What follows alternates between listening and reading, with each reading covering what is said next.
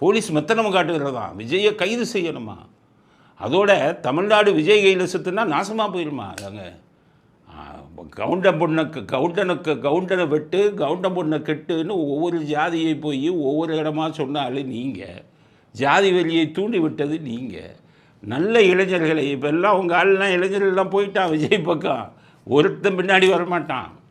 அதனால் அந்த வைத்தல் சொல்கிறாரு, விஜயை ஏன் கைது செய்ய தயங்குறீங்கன்னா நீங்கள் சொல்கிறபடி தான் கைது செய்வான். அவன் இப்போ சட்டம்னு இல்லையா?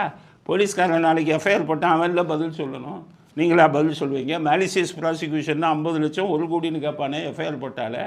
யார் நீங்களாச்சும் விஜய் திமுகவில் வாங்கினா 40 கோடி 50 கோடியில் இருந்தால் கட்டுவீங்க, போலீஸ்காரன் சம்பளத்துலேருந்து பிடிப்பாங்க. நீங்கள் சொன்னால் கைது செஞ்சுட்டு போயிடுவானா?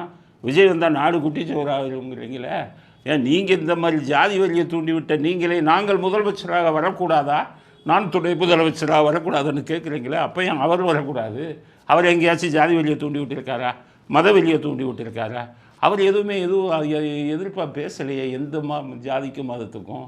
அவர் இது முதலமைச்சராக வர்றாருன்னா தகுதி இருக்குது. உங்களை மாதிரி ஜாதி துவேஷத்தை கிளப்புறவங்க எப்படி நீங்கள் எதிர்பார்க்க முடியும்?